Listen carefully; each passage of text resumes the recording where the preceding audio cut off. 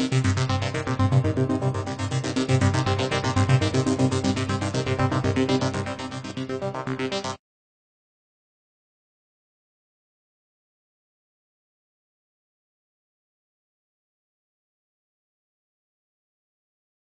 guys, I'm Steven Marinaro, and welcome to In the Chair with the Salon Guy, where I interview people that inspire me so that you could be inspired. And today I'm with Chef Anton Testino, who's a really great chef and someone who's inspired me in several ways, which probably you don't really know why. No, but I'm kind of curious to hear. Yeah.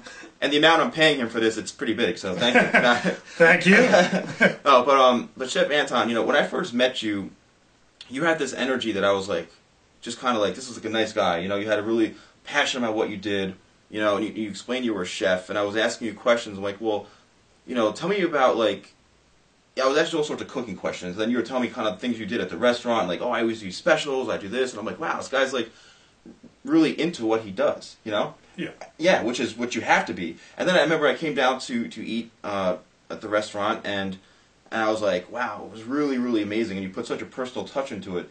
So, the way that inspires me and the way I live my life and through business and all sorts of stuff is that, when people put that much passion into what they do, it's like an energy that just glows. And a lot of people don't have that. The right ones have it, people like yourself or myself or successful people. But I think more people need to understand that, in order to have that passion and drive, you have to put so much into what you do. Right? I mean, do you agree on that? Yeah, I mean, you have to put a lot into what you do, but at the same time, I feel it's part of who you are. Mm-hmm. Not everybody has a gift to give it 110% all the time, or fall in love with what they do. Right. It's more, there's certain individuals in the world that have that characteristic. It's like being a leader. Mm-hmm. You can't create a leader. You're either born one or you're not. Yeah. And eventually you'll become a leader. Mm-hmm. And that kind of passion, that kind of drive, that personality that's inside of people, it'll come out and people will recognize it. Yeah. And they'll see you for who you are. Yeah. So that brings me to my first question. Take us on a journey of, when you first started cooking to all the accomplishments that you've gone up to. I know there's some things you can't talk about, but even to the most recent successes. I mean, you've already been on TV, and what was the emotional journey, the hustle and grind? How did you get to, starting off here and then to where you are now? That's a long story. You read a book on that. Yeah, that's a long story. Let's see. I started cooking because I was a latchkey kid. Okay. So for a lot of people who don't know what a latchkey kid is, it's somebody back in the 80s when you had divorced parents and one of your parents had to work. You don't know your other parent. So you're forced to stay home and take care of yourself in a lot of ways. So me and my sister had to cook some of the basic stuff. Boil some rice, tater tots, stupid things. And when I did that, it was kind of more like, the food was more like a chore. It wasn't a pleasure. It wasn't something I enjoyed. It was more like, well, Bobby up the street, his mom is cooking dinner for him. How come my mom can't cook dinner for me? I was just a little kid. I didn't understand it. I really fell in love, and probably the most inspiring moment of food for me that made me decide to become a chef was my Nona. Okay. It was back in 1985. All right. It was in Corrado. It's actually Bari, Italy. Mm-hmm. And my mother's from her hometown of Corrado. And what ended up happening was, it was like 4 o'clock in the morning because they get up crazy early over there. And I get up, I walk out, I go into the kitchen, and here's this 85-year-old woman. Mm-hmm. And she doesn't speak much English, no English really. And she's sitting there with this butter knife, and she's just churning pasta and making orecchiettas. Huh. And she has this big table, so there's like 1,000 pieces of orecchietta pasta all over the table. So when I was looking at this, and I'm saying to myself, wow, she's kind of crazy. Here I am, a little kid. Mm-hmm. I'm only 12 years old at the time. But then I'm thinking to myself, this is what food's about. This is what makes being a chef something that nobody else in the world can do. Mm-hmm. Because being a chef isn't just about food. It's about what food does for you. Okay. People in this world have to understand, food is everything. Every living species must eat. They must have food. Everybody. Yeah. And food brings everybody together. Especially in Italian culture. Well, yeah, I mean, all cultures. A lot of, actually, yeah, all cultures. Yeah, every culture has its own food. Every culture out there, basically, people forget their language, don't know their language, but they always know their culture through their food. Food is our lifeline in so many different forms. It's memories. Mm-hmm. It's everything. So when I saw my grandmother doing this, and I'm looking at her, and I'm like, I get it. And she's spending hours and hours and for one dinner. Because what that food did was, it brought her family together. Mm-hmm. And that's a lot of love, a lot of passion to sit there for hours as an old woman to be doing that stuff. But she did it because it would make a memory for her kids, mm-hmm. her husband, her grandkids. Mm-hmm. And that's when I realized the power of food. Wow. And that was the passion, and I was like, that's what I want to do. At such a young age. Yeah, that because I didn't have the whole family experience all the time. Mm-hmm. Mm-hmm. Being the kind of childhood I grew up in. But then when I saw it from my family, what it can do, mm-hmm. that's when it said to me, I want to be somebody who can cook. I want to be a cook. I want to be a chef. I want to bring this to other people. Wow. Because there's no other feeling like it. And that's when it all started for me. That's when it started. This was in Italy. It started in Italy. Wow. Yeah. Back in 1985. So that's the original. I mean, Marinaro is my last name, and everything comes from, recipes handed down from grandmother and the family, right? A lot of yeah. Everything. I mean, my family came to this country in '62. My mother. She was 15 years old, I think, at the time.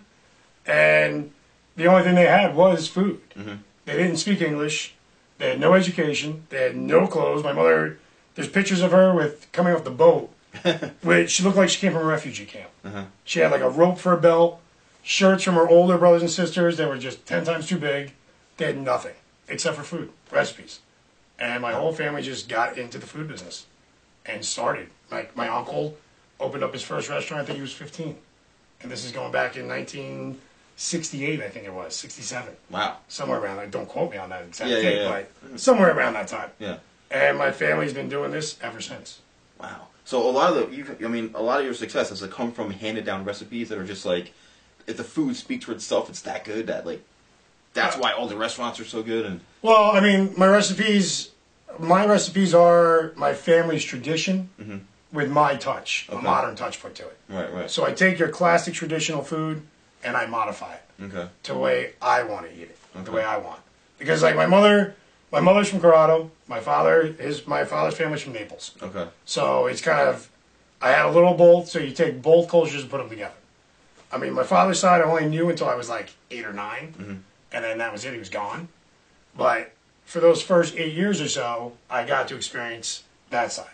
Okay. So then when did you start transitioning into, working in a restaurant and then actually being able to cook for people, and then how did you grow into becoming Chef Anton, which is like a pretty big name, Well, I mean, thank you, I guess. Me sitting there, I guess, I wanted a bicycle when I was 14 years old. And my mother couldn't afford to buy me one. And she was like, well, you're going to have to earn the money. So she got my uncle to let me be a busboy at his restaurant. He had a pizza place, mm-hmm. so I was her busboy at 12. Okay. So when I first walked in there, this is shortly after I came back from Italy and all that. I had the experience with my grandmother, seeing everything. And when I went in there and decided, all right, I'm going to get some money so I can buy my first bicycle. Hmm. Now I'm in there and I walk in, it's like 6 o'clock, rush hour's kicking in. There's these 3 guys on the line, and all of a sudden I see the flames. Mm-hmm. Raging. And then once the flames are coming, the alcohol's burning, and all the screaming, the yelling, the communication, I'm like, these people are like a machine. And then when you're out there busting the tables, you actually see the people. Mm-hmm. And the pleasure and how they're laughing, they're enjoying themselves, having a glass of wine. Some families are arguing with each other. Mm-hmm. You have couples that are on their dates, starting a whole new life right there. Wow. And you're a part of all of that. In the food business. Like, that's what it's all about. I never looked at it that way. Interesting. Most people don't. And that's where it all comes down to. And when I saw all that, and I saw how the line worked, I'm like, this is everything I was talking about. I want to be a chef. That's what I want to do for a living. Wow. And And then what were the steps? And you go, I want to be a chef. Now what? Did you say, give me a chance, let me cook some stuff for you? Is that? No, it wasn't like that. I mean, I was too young for that. Well, yeah. So it was more, as I got a little older, you know, I'd always keep cooking at home, doing all this little stuff, Practicing? cooking myself. Making your little Yeah, dishes? creating my own dishes, making myself fat. I was a fat kid for a while. And then when I was in high school, I actually, you know, everybody has their high school parties. So I had some high school parties when Mom was away. And I decided, why don't I make a party, have beer, kegs, everything else high school kids like, but I'm going to make some food with it. Wow. I So, wish I could go to one of those parties in high school. Yeah. Here's some Doritos and some Exactly. cookies and Doritos, junk. we had pasta, we had subs, Jesus. and we had a lot of alcohol. So it all started right there. And when I saw people eating it, and you know, girls were coming up to me, "Oh, the food's great. Where'd you get it?" I made it. They were, you know, blown away. I'm like, this is the feeling I'm talking about. Wow. It's only there for a couple minutes, but it's a great feeling. It's like it's a natural high. It seems like that, and then, so it was kind of like a natural progression to. Because I can see what's happening. It's like you're into it, then you get so passionate about it, and you do it and do it and do it and do it, and then all of a sudden you're like, people are connecting with you, right? Exactly. Yeah. They started connecting me at a very young age. And then when did the big things start to happen? When was your first big gig at a restaurant, and then how did you get into like the TV stuff and?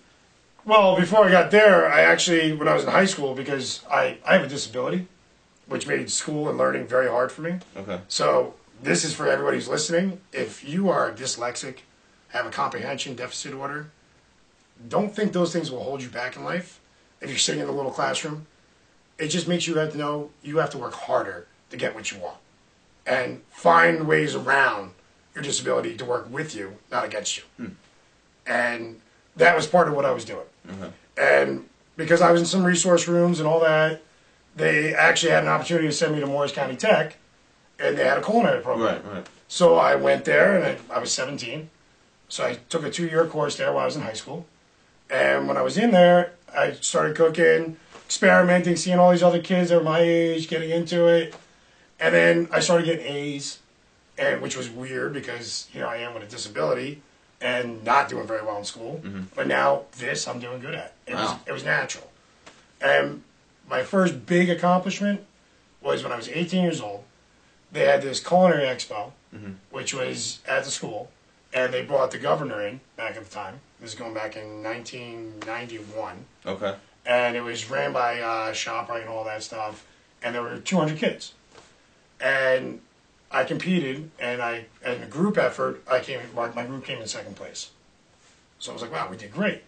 But then on singles competition, I competed, and I actually won. I became first place. Wow. So that's when I realized I like the pressure. I like the creativity. I like being me. It's an art. It's an art form, and it's me putting myself on a dish for somebody to enjoy. Wow. And that's when it all started for me. And then when was your first restaurant gig as a chef? As a chef? I mean, were you saying, like, did somebody give you a shot when you're like, hey, I want to be a chef? And you're like, okay. Like, when you first go for a first job, you're saying, I'm this, and they hire you as that. Were you like... Well, no, because right after high school, I went to the Culinary Institute of America. Oh, wow. Yeah, I went there to Hyde Park, and then I got a part-time job at my cousin's place. And when I was working with him, I was kind of showing me the basic dishes, simple stuff, nothing crazy. And then, you know, I started just building up my drive more and more. And then once I graduated from college, that's when I started going out, working at different restaurants here and there, getting different styles, techniques. Because, I mean, it's not like today. When I started this, there was no Food Network. There was no food channels. There was nothing. You know, chefs were a labor job. And that was it. And I just got experience going through. A lot of burns, a lot of cuts, a lot of yelling at, getting yelled at. You know, I've had my highs, I've had my failures. A big failure that was hard for me to overcome was I was 23. I opened up my first restaurant. Really? At 23 years old in Edgewater, New Jersey. So here I am having this pizza place, restaurant, and I started making accomplishments. I did great. But then shortly after, the town went under a lot of construction. Okay. And that's when they decided to take that little road that was in Edgewater back in like 95, 96 and make it into a 4-lane road. So they shut the road down. Make a long story short, I lost a lot of money, went into a lot of debt, sold the place as a loss, and got out, and had my little time of depression. Did you say, I'm done with food, I'm out of this, or did you go that far? I mean... No, part of me was like, I got to figure out something else. I'm getting older now. You know, I want dreams. I have family members, uncles, all them. They opened up restaurants when they were teenagers and became successes. Here I am failing at 23. I need to get my ass off the floor and figure out how to get back on track. And that's what I did. I just started getting right back into it. How'd you do that, though? Because it takes a lot to get... Because once you're down, it's hard to get back up, man. What were you doing to get yourself back up from the ground? Like, I mean... Let's see. Back then, I went back to going to working with my cousin because that was a safe zone for me. Okay. So I went back there. And started getting a little bit of a paycheck, and I had a lot of debt to pay. I owed a lot of people a lot of money. So I spent 7 years paying that off. I put a goal up, and I said, all right, if I can buy a house before I'm 30, pay off this $150,000 debt I got on my head, and still figure out how to get a house, then I know what I'm doing is going to make me for the rest of my life. And it didn't happen. Oh. I'm like, it happened. Oh, no, it didn't happen. No, it didn't happen. Okay. I ended up getting the house when I was 31. Oh, all right. That's not bad. So once I got it at 31, then I was happy. Then I just started getting more into food. Then I just started seeing the Food Network come on TV. So then I got to watch other chefs. Because, you know, as a chef, you work 90 hours a week. So you don't really got time to go out and learn and see. It's more learn hands-on. Okay. So everybody starts talking about the Food Network and all these channels. And I just started watching it, not for the shows. I didn't really care about the people. I just wanted to see their styles, their dishes, and create my own dishes from what they're showing me. Okay. Yeah, which is pretty much what every chef does. Yeah. You see a dish, you taste it, you go out to dinner. You go back. Let me modify it. I can make this better than this. Yeah, and you do it. And you can tell if you're eating another chef's, dish that you're going, oh, I see what he did. Now I can make my tweaks. Do you get to that point? Yeah, I can do that. But don't get me wrong. As much as I've done, I'm still me. I'll still go out and just go to the local bar and get a burger. Right. Yeah. I don't just go out and eat great food every day. Yeah. That's insane. Yeah. You need your comfort food. Right. But yeah, when it comes to my style of food, Italian cuisine, that's probably when I'm most picky. Yeah. Because then I'll eat it. All right, I don't like it, but if this was there, I probably would love it. Or there's other dishes. This is great. And now that this is great, how can I make it and make it better? Yeah, because it's all about the challenge. It's a competitive thing. Yeah. When did it take you to TV stuff? Because you were on a show, right? You were. I did Chopped. I was on the Food Network. I did Chopped. When did that all happen? How did it happen? Were you? Because everyone wants to be on TV. Everyone wants to. How did you get that break? It was actually pretty weird. Okay. I didn't really put much effort into it, to be honest with you. It was more, I was cooking, I create my own specials at the restaurant, people coming in, and then finally customers would mention this crap to me.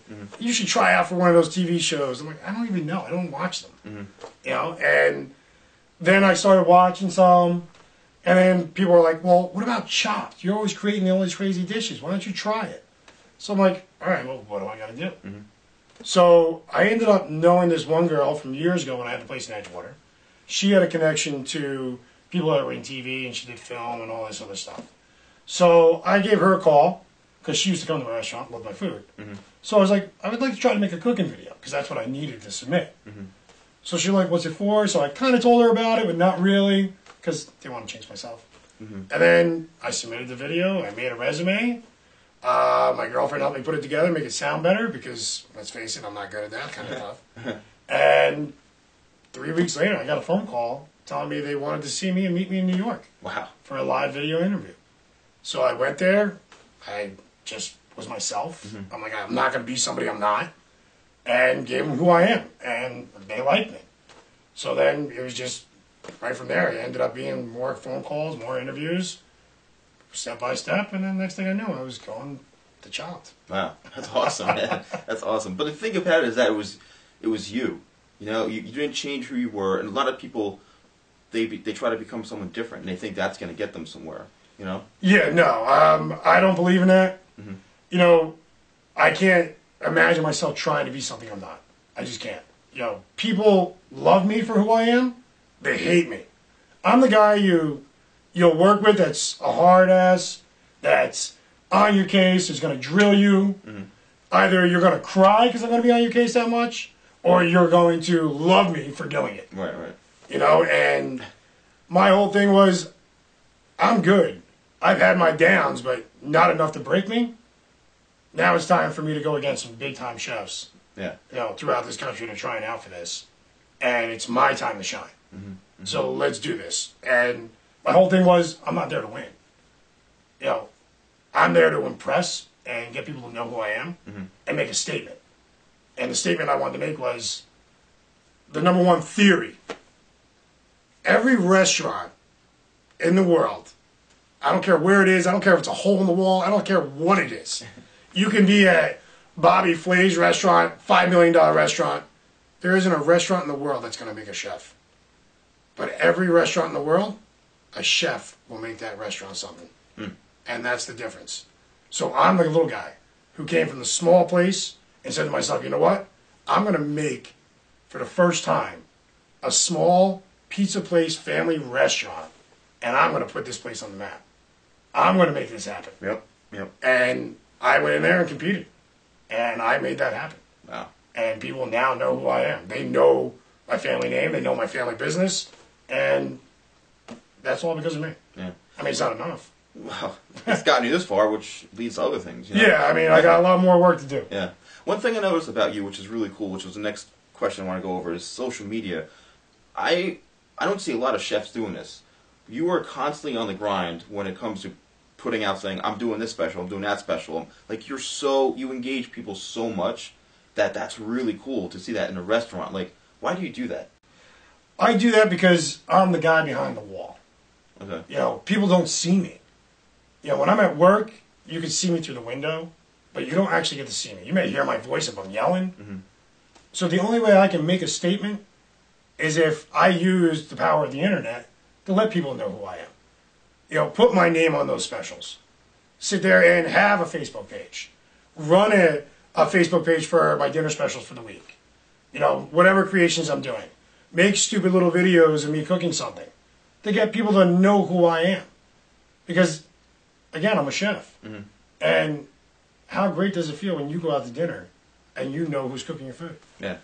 I mean, it's a sad statement, but in my industry, at least on the East Coast over here in New Jersey, New York, it's hard to find an Italian chef in a small Italian restaurant. Yeah.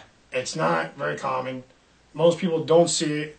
It's usually somebody who's like off the boat or something like that nobody knows anything about. So I'm trying to make a statement and be the guy who everybody knows behind the wall. Interesting. That wall is there for a reason. Mm-hmm. My job is to break it down. And do you think that one thing I've noticed, and I really like, I don't see too often, is when the chefs actually come out and say, how's the food tonight? How's it? Like, he engages the customers. If you're too busy, I can understand if you can't, but do you try to make it a point to come out and talk to people? Well, yeah, I mean, I do that for my own self-glory or my own self-pity. It's one or the other. If I have a couple of free minutes, it's the end of dinner time, things are slowing down, there's not a lot of people there. If I get a chance, I will go out there. And I'll ask people, look them in the eye, how do you like your food? Was everything good? And I come to grown to ask the right questions. Okay. Like, my new question for everybody is, a customer reminded me to point to this to me. And when he said it to me, I'm like, that is actually the right question I should be asking. Not, how is everything? How is your food? Because people lie. The real question is, would you come back and order that again? And if they say, absolutely, now I know you're not lying. It's either that or you're sending back an empty dish. Those are the two things that tell you they love it. And if I can make people love what I do my job. Mm-hmm. I bring that glory to people. And in restaurants, people handle this different. If you have a customer who doesn't like your dish, do you say, you know what, I'll make something completely different for you? Because at that point, they're full, they don't want to eat, they want to get out of there. How do you handle a situation when they say, I'm not too crazy about this? Well, I ask them what don't they like about it. Okay. So if they sit there and say to me, well, I didn't like this about it, I mean, sometimes it's something stupid. Right. And it's like, all right, so you just don't like that type of ingredient. Mm-hmm. But then there's other times where, all right, you know what? You didn't like that about it, so I'm going to try to fix it. Because if you don't like it, how many other people out there don't like it, but don't tell me? Mm-hmm. I don't want to keep sending something out that people don't like. Yeah. So I need to fix the problem. Because my job is to make you happy. That's my job. Mm-hmm. To put a smile on your face, make you feel good, and go home and say, I had a great meal tonight. That's my job. Mm-hmm. So if I don't ask the right questions, I'm not doing my job. So whose role is it, do you think it's more important when you first go into a restaurant? Because you bring a level of customer service to the restaurant. When you think most chefs in the back, you don't see them, you don't think they care. I mean, they're doing their thing, but you never see them. It's always, you know, when you first walk in, the host or the hostess, you think, or the waiter or wait, you think they're the ones that are providing customer service. I mean, like, what do you think about that? Like, can you actually bring a level of customer service when you're not even being seen? Absolutely. I mean, the food industry has changed so much. It's not like in the 90s. It's not like the 80s. It's a whole new era. Okay. You know, a great quote that I actually just heard recently from probably the greatest Italian chef in the world was Wolfgang Puck. He said on an interview I was watching, chefs are now rock and roll stars. Mm-hmm. You know, rock and roll stars have their groupies. Yep. Chefs now have foodies. Foodies. And with the internet, foodies are everywhere. Yeah. Critics. Right? Oh, yeah. People. Unbelievable. And, you know, those critics, if they follow you on Twitter, they're going to sit there and tweet about your food. So you could have 500 responses on that dish in 2 minutes. So because of the way it's changed, going out to dinner is an entertainment. It's a form of entertainment for everybody. Mm-hmm. From the second you walk in the door, the way you're greeted, the way you sit down, the way the place looks, the way you're treated. Are you treated like a customer, or are you treated like you're in my house and I'm inviting you to dinner at my house? I want you to feel like you're at home. Mm-hmm. The way I put stuff on a plate, the way I present it, the way I cook it. Am I rushing the dish, or am I doing it properly? Even though I have 40 other dishes to go, make sure I'm a great chef that's going to take pride in what he does. Mm-hmm. You know, I have a quote that I've always said to myself. And right before every dinner service, it's love and passion, never burn. Mm. And what that means to me is chefs cook with love and passion. Cooks burn stuff, and then they send it out. Interesting. I don't want to be a cook. I was a cook when I started. I'm a chef now. There's Now, a big if I'm difference. gonna, absolutely. You know, a cook is somebody who's taught recipes and taught how to make things a certain way. A chef creates his own recipes and creates his own dishes. You know, every chef was a cook at one point. But once you become a chef, wear that badge with honor. And that's what I do. Wow, that's awesome. What are some of the things that you do on a daily basis? You know, you wake up and you go, I'm starting my day like this. When I go to the restaurant, you know, is there some sort of like routine that you do that prepares yourself to walk in there and be like, I'm giving it my best today? I mean, I do that usually before dinner service. okay. Right before, when I get up, go to work, it's more have my coffee, get my brain together, get myself there, walk in, go through all my inventory. What's good? What's bad? What's got to go in the garbage? What has to be made today? What stocks have to be prepped? What sauces need to be prepped? Mm-hmm. Do I have enough chicken? How's my chicken prepped? You know, New York strips, fillets, fish, right. All that stuff. Get all that stuff ready. Get my menu ready to go.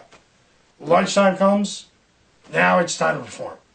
So now it's, okay, 5 orders just came in. Let's get this done. You put a game face. You put like the game face on. I put the game face on. I'm usually not ready to work until I put my bandana on. Okay. So it's kind of like, you remember that movie with Over the Top with Sylvester Stallone? Yeah. When he used to turn the cap? Yeah. It's kind of like that. So when I go to work, it's not on. But when I'm ready to work, then I put it on. Because now it's time to sweat. Mm-hmm. It's time to move fast, think quick, yell, scream, plate, and get your shit out there. Like, that's what it's going to come down to. Oh, man. Am I allowed to swear? Yeah, you can do whatever you want. You're going to cook something for us right here. I'm talking about... No. No, give me something to do. We do that at work. I do a chop night at work because I did the show. Yeah, no, I know. That's pretty cool. Where do you see like the food industry going? A lot of big name guys are opening up their own restaurants. Because they're so popular. Every famous chef now, he's got a restaurant. You know, and it's like, but they're smart because they're leveraging their names. Like, is that where are they smart? I think so. I mean, even in the beauty industry, any these guys that have like a name under their belt, they have a product line. They open up a salon named after him or her. So I think it's smart selling all these celebrities. You know. Well, a lot of these celebrities, they're smart. They have great marketing agents. They're making a ton of money. You know, they got their knives, they got their books, they got all this stuff. They got their famous restaurants. And one thing I got to ask, and this is to every celebrity restaurant, you may have a celebrity restaurant and your restaurant's packed because your name is on that building. Because everybody knows that is whoever's restaurant it may be. I won't even say anybody's name to criticize anybody. But the real question is, are they going there because you have a great goddamn restaurant with amazing food?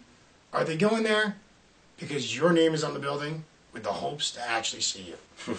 So how many great celebrity chefs out there really have a restaurant that has amazing food? Not an amazing name.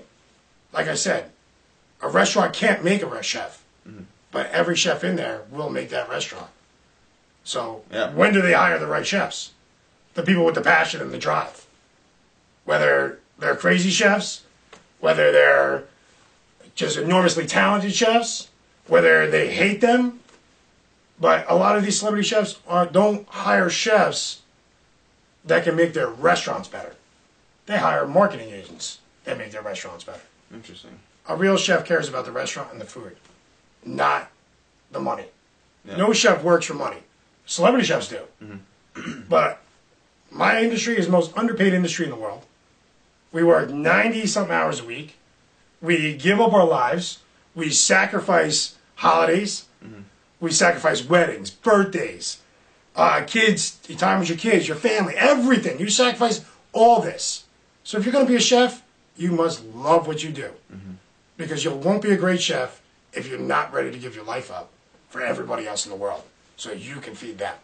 So you can be the guy who gives them the great birthdays, gives them the happy weddings, the first dates, the anniversaries. Because that's what a chef does. Creates memories. And makes beautiful moments for people. I know, and I've also heard so many times people go to a restaurant, a celebrity chef restaurant, hoping to see him. And, he wasn't there. And they'll say, you know what, the food was, it's a little overpriced.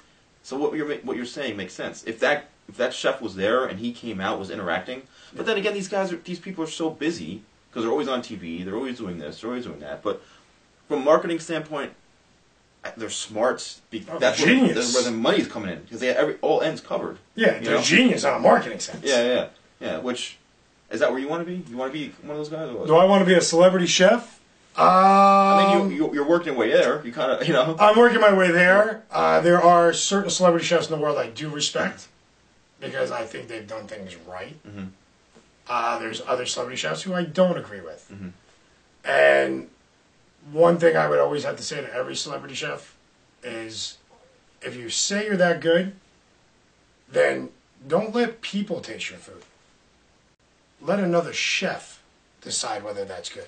Somebody with the experience. Because you have foodies, and most of them know what they're talking about. Right. But another chef judges you, that'll really tell you what it's about. Interesting. Because I know, like, if I get a customer that walks in, and they sit there and they say, oh, we have this table over here. I know the guy. He's a chef at the restaurant up the road. Now, the pressure's on. Yeah. Because now, not only am I putting love and passion into a regular person's meal, now I got to figure out how to blow away another chef. Yeah. It's like being a famous athlete. If a famous athlete, a Super Bowl winner, quarterback, wins another Super Bowl, and a legendary quarterback compliments him, that compliment means more to him than anything else that somebody has to write about him. Yeah. Because it comes from somebody who he looks at as an equal. Yep. It's like if I cut someone's hair, who's another hairstylist, who I know is pretty good. Exactly. And they were going, wow, you did a great job, man. I'm like, that's awesome. Oh, absolutely. Good, what do you think is the dream job of most chefs? There's guys that work in like chain restaurants, right? Which I know you have your opinions on those guys, but Yeah. but there's some people that want to work at those places. You know, some want to be on TV. Some want to, like, what do you think is a dream job of most chefs? It really depends on the kind of chef you are. Okay. I mean, you have chefs that go to school. Mm-hmm. They learn their stuff. They go and do their programs at franchises and follow their recipes. Those, to me, aren't chefs. Those are cooks. Okay. They're taught something and they follow protocol. Mm-hmm. Chefs, to me, are people who will not be so much concerned about all the little things, but the most important thing about the restaurant is the dinners, the food, the lunch, whatever kind of restaurant it is, and the food that they're presenting to somebody. So, for me, I'm the kind of chef that I'd rather have your small places. Even if I become a huge celebrity, everything else, I want the small restaurants. I don't want the restaurant that seats 1,000 people. Mm-hmm. I want the restaurant that seats 80 people. So that I know my clients will make sure that they sit there and they enjoy their meal. You know, because I'll have chefs there that I would want not just to show me what they got, but cook my dishes the way I want them. But more importantly, I want you to inspire me. Mm-hmm. I would hire chefs that would come to me and I created a new dish. Do you think it's good enough to put on your menu? Because if I think it's good enough to put on my menu in my place, I just gave that chef a lot of respect. He's going to look at me or she's going to look at me in a certain way, and they're going to be a much better chef for it because I put them on a pedestal. And then that would be a great celebrity restaurant. Back to your question of asking me what kind of chef. Like, what was a dream job for, like, a guy who gets into cooking? I mean, it could range so much, right? I mean, it varies. It could be anybody. If you want to be a celebrity chef, you're going to focus on being a celebrity chef. If you're going to be a regular chef, you're going to be a regular chef. Right. You know, it really depends on who you want to be and what kind of chef you're looking to be. Are there chefs with, like, egos? Are there guys that are out there just like, that guy's such a douche, I'm not going back to his restaurant? I mean, are there people out there like that? Oh, yeah. Chefs are, these guys or what? when I was younger and I did a lot of stuff, I mean, the older chefs would look at me as a young guy. Get this little bastard out of my face. He's too young, he doesn't know shit. What does he know? He knows nothing. But I do a fundraiser every year. Cooking for Kids, St. Joe's. That's nice. And it's great charity, great event. It's all about the kids, raising money for kids with illness. I got involved with it because a friend of mine had a preemie. She was born at a year, 1 pound. And this program helped save her life. And she's like 10 years old now. So now it's kind of like, I can contribute to this. Help raise money for kids like my friend's daughter. But going there, it's also a competition. Right. Because there's 50 restaurants there. Uh-huh. So you picture a room full of restaurants, all these chefs. And now we have all these chefs. You know we're all competing to who has the best table. Because it's not like you're going out to restaurants. It's more like freestanding, cocktail, taste wine, food. So people go to whatever tables they like the best. Everybody's going to try every table once. But when you're the table that's talked about, out of all the other chefs in the room, that's your glory. That's your moment, and you're there for a great cause doing it. You know, like for the last few years, I was working with Lydia. She does this fundraiser. So Lydia's there doing this fundraiser, and she's kind of got a connection to me a little bit. I just found that out. Not when I first met her, but when I found out about 2 years later. So I saw her last year, and when she ate my food, or actually she was going around tasting everybody else's food. Let me start that over. She's tasting everybody else's food, and then all of a sudden, everything's done. She's signing her books, doing her thing. So I walk up to her, and I'm like, this woman's going to eat my dish. So I walk up to her. She's got her people around her. People are getting her books. I'm like, excuse me, Lydia, I got to ask you. I've been to your restaurants. I've tried them. I said, my favorite one is Becca, which is a small little restaurant, because she's got a numerous amount. And I've had your food. So now, from one chef to another, it's your turn to eat my food. Okay. She looks at me and laughs at me. She goes, you're crazy. I said, well, what do you mean? She's like, well, most people come up to me and they want me to cook for them, or they want to try my food. She's like, I've never had a chef come up to me and say, try my food. Really? Oh. So I was like, that's either good or it's bad. Yeah, it was great. Yeah, it's great. So she ended up trying it, and I do it to her every year now. So now she's had several of my dishes. Really? Oh yeah, and she's even signed and put in ink. I love your food. It's great. And then an amazing story ended up happening because she's from Italy. Mm-hmm. She immigrated here to Gothenburg, North Bergen area, where my family immigrated to. And it turns out her and my Aunt Hannah used to go to this local Italian bakery. And when they were there, they would share recipes with her and her mother. So last year I see her and I'm like, Lydia, you and me, we're like family. She thinks I'm nuts. She thinks I'm absolutely crazy.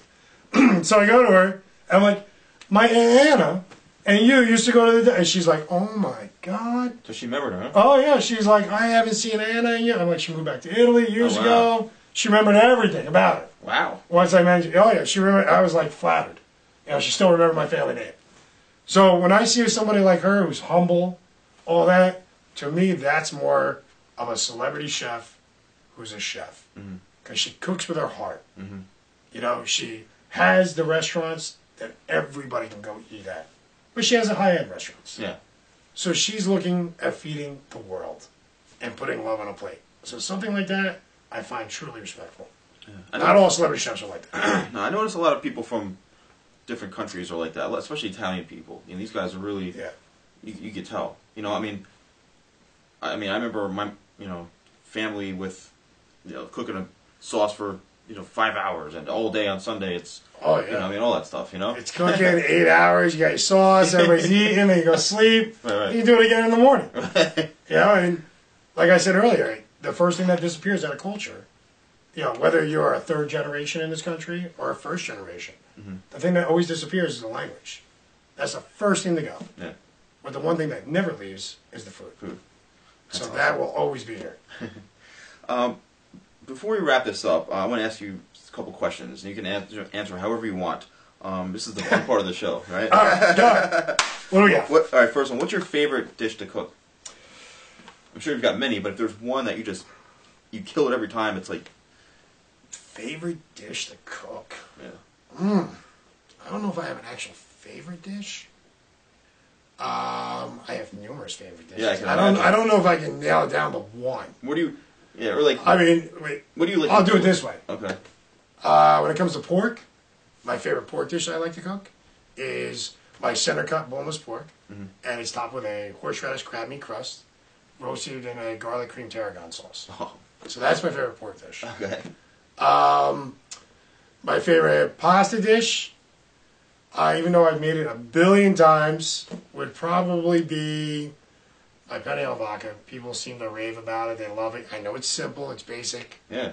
But it makes people They happy. did. Yeah, they love it. So that makes me feel good. Yeah. What else is my favorite dish? Fish-wise, I love cooking like a nice halibut. Okay. I like the thicker, whiter fishes. I like the way they sear, the way they brown, the way they color, and I just love the flavor. I'm not a big salmon fan. Okay. I'll eat salmon. I like it. I cook it. But if there's a halibut in the salmon, I'm going to pick the halibut. Okay. What's the difference in taste between the two? I mean, to me, salmon is just more. It's just got that one. I can't even describe the taste of it. The salmon to me has got that flavor where it just stands out. okay. It's kind of got that little aftertaste to it. Right. The halibut is more white and flaky, so when you put it in your mouth, it just melts in your mouth. Oh, I see. It falls apart and just shreds. You don't even have to chew it. Oh. Like if you lost all your teeth, you could still eat it. Wow. You know what I mean? So that's great. That's perfect. I think I've ever had that, man. Interesting. The halibut? Yeah, I've never had that. It's kind of like flounder. Right. Similar to like a Chilean sea bass, a thicker white fish. But anything white, like grouper, all that stuff, it's similar to all those. Okay.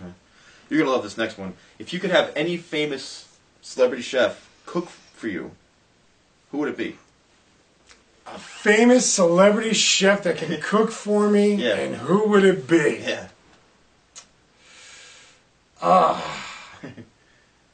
For what purpose? Just to For make you, pleasure? Yeah, just to make you a dish. Or because I want to rub in his face? No. For total pleasure. Saying, man, I just wish you could cook for me. I'm going to try just for him to completely, or her, just to go do a one-off, just to make you say...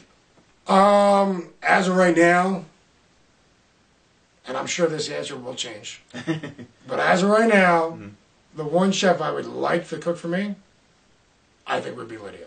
Wow. because. But haven't you had her food already? But I never had her cook my food. Ah. I've been to her restaurants and the chefs that work for her. Okay. You know, I've never actually had her personally cook me a dish. Yeah. So and I would love to see how they come out because we have such similar backgrounds, cultures. I want to know, is it as good as I think it could be from her? Wow. Awesome. And plus, she's had my food. So it's only fair. She's had 2 or 3 of my dishes. It's only fair for me to at least try one of hers. That's awesome. If you could be someone else for one day, who would it be? If I could be somebody else for one day of my life? Just like whether it's a movie star, whether it's the president, whether it's Emerald, whether somebody else. Emerald. Oh my God. Somebody like you look up to, or somebody that's just anyone. It could be totally off the, Michael Jordan for one day. I don't know. I know this is going to sound stupid, but I don't know of anybody. Really? I mean, I've cooked for a lot of celebrities. Mm-hmm. I've cooked for a lot of famous celebrity chefs. And the one thing I've always done was, for example, for names that I can say, like Roland Sanchez. He's an amazing chef. He's on the Food Network, this, that. But I just look at him as a chef, just like me. Mm-hmm. If I could ever meet an amazing celebrity star that I would die to meet, Mark Bavaro. Okay. The legendary guy from the Giants. Yeah. I have his jersey, his original, and it's always been a dream of mine to get it signed. Plus, I love his personality. Mm-hmm. The fact that he doesn't care. He went and did what he had to do, won Super Bowls, and did not try to impress anybody, and stayed and kept himself real. Always stayed who he was. And I've always admired that about him. Female, if I could ever meet a famous female, I would love to meet Alyssa Milano. Really? She was a childhood growing up. Yeah. Who's the boss? I know. She's from my era. I would love to meet her one time. Oh, okay. Just to know that she's as beautiful as she really is.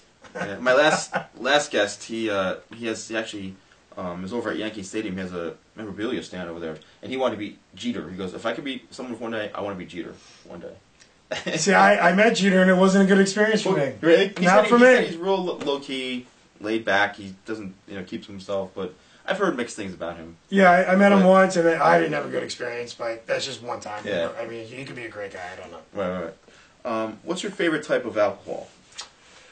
You a wine guy, Scotch guy? I'm a red wine guy. I love Pinot Noir. Okay. I love it because I'm a meat eater, and it goes very well with meat and fish. And Pinot Noir to me is it's a great glass of wine to have. Big on the Californias. Mm-hmm. I love everything from Russian Napa Valley to Colombia Napa Valley. My dream is to retire there.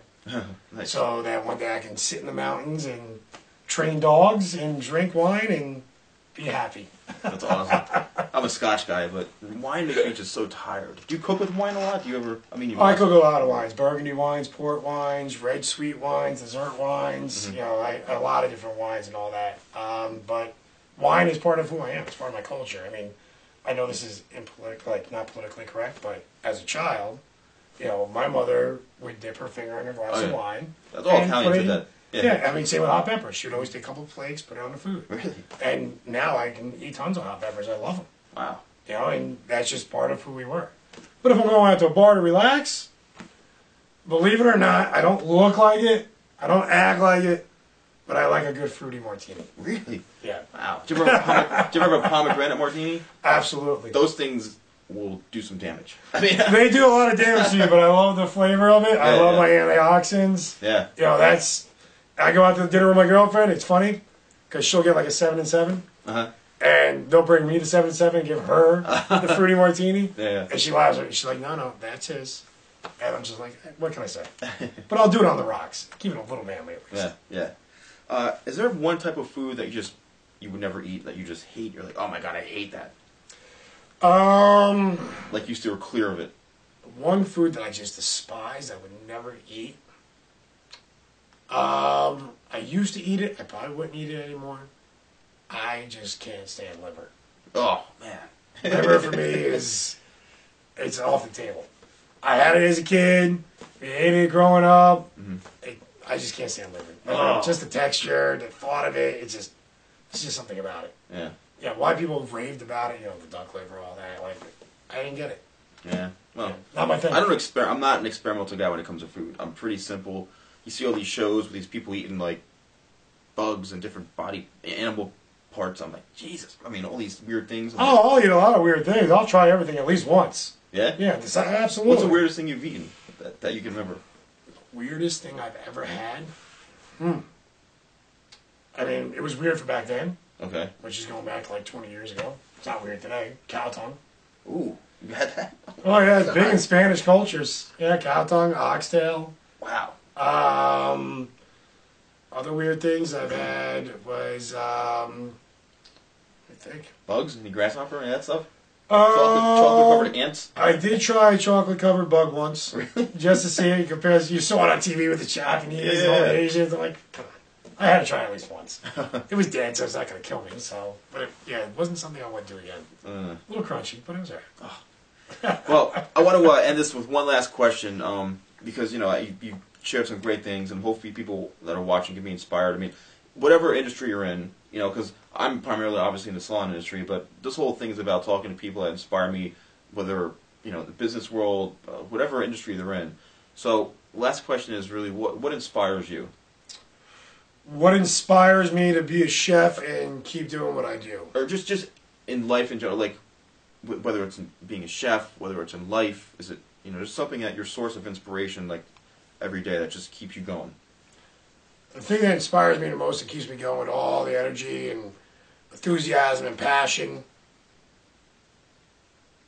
is this is a personal story actually. Yeah. I actually had my stepfather pass away on me in my hands. He had a massive heart attack on his 60th birthday in the middle of a restaurant. Wow. And he believed in me. He was going to open up a restaurant with me. Mm-hmm. And like I said, people hate me, love me. More haters than lovers. Why haters? Because I'm blunt. I'm honest. Okay. And he believed in me. So the thing that inspires me is to make someone like him proud, even though he's not here anymore. And the goal, and this is the ultimate goal, and I think it should be for everybody, I want the world to know who I am. I want them to know my name and my story before I die. And I want it in black and white. Because I want to live forever, in one way or another. My goal is to make sure that everybody knows who I am for the rest of their lives. Whether it's 5 generations from now, that old cookbook that somebody pulls off grandma's shelf, with my name on it, my picture, I want to make sure I'm here somehow for the rest of my life. That's what keeps me going. That's great. That's awesome, man. Where could people find, you have a Facebook fan page now. Where can people go to find more about you? I actually just started my Facebook fan page. They can actually find me on Chef Anton Testino. Obviously Facebook / Chef Anton Testino. You can find me on Chef Anton NJ for Twitter. And soon you'll be able to find me on Chef Anton Testino on YouTube. Getting ready to start up a whole YouTube site. So check it out. I'm teaching people how to cook on there. And you'll be able to keep up my new events, and you'll be seeing a whole lot more of me. So, like I said, Chef Anton, do not forget my name, because you will hear it, and the world will know who I am before it's over. Well, I'm here today because of you, man. You being you, and I've had your food. Definitely, you're an amazing chef, man. And I, when you cooked for me, and when I came down, I was like, wow, you put so much into it, and I was like, I could taste everything that you mentioned. You're like, I'm going to do this, a little this, and I was like, holy crap.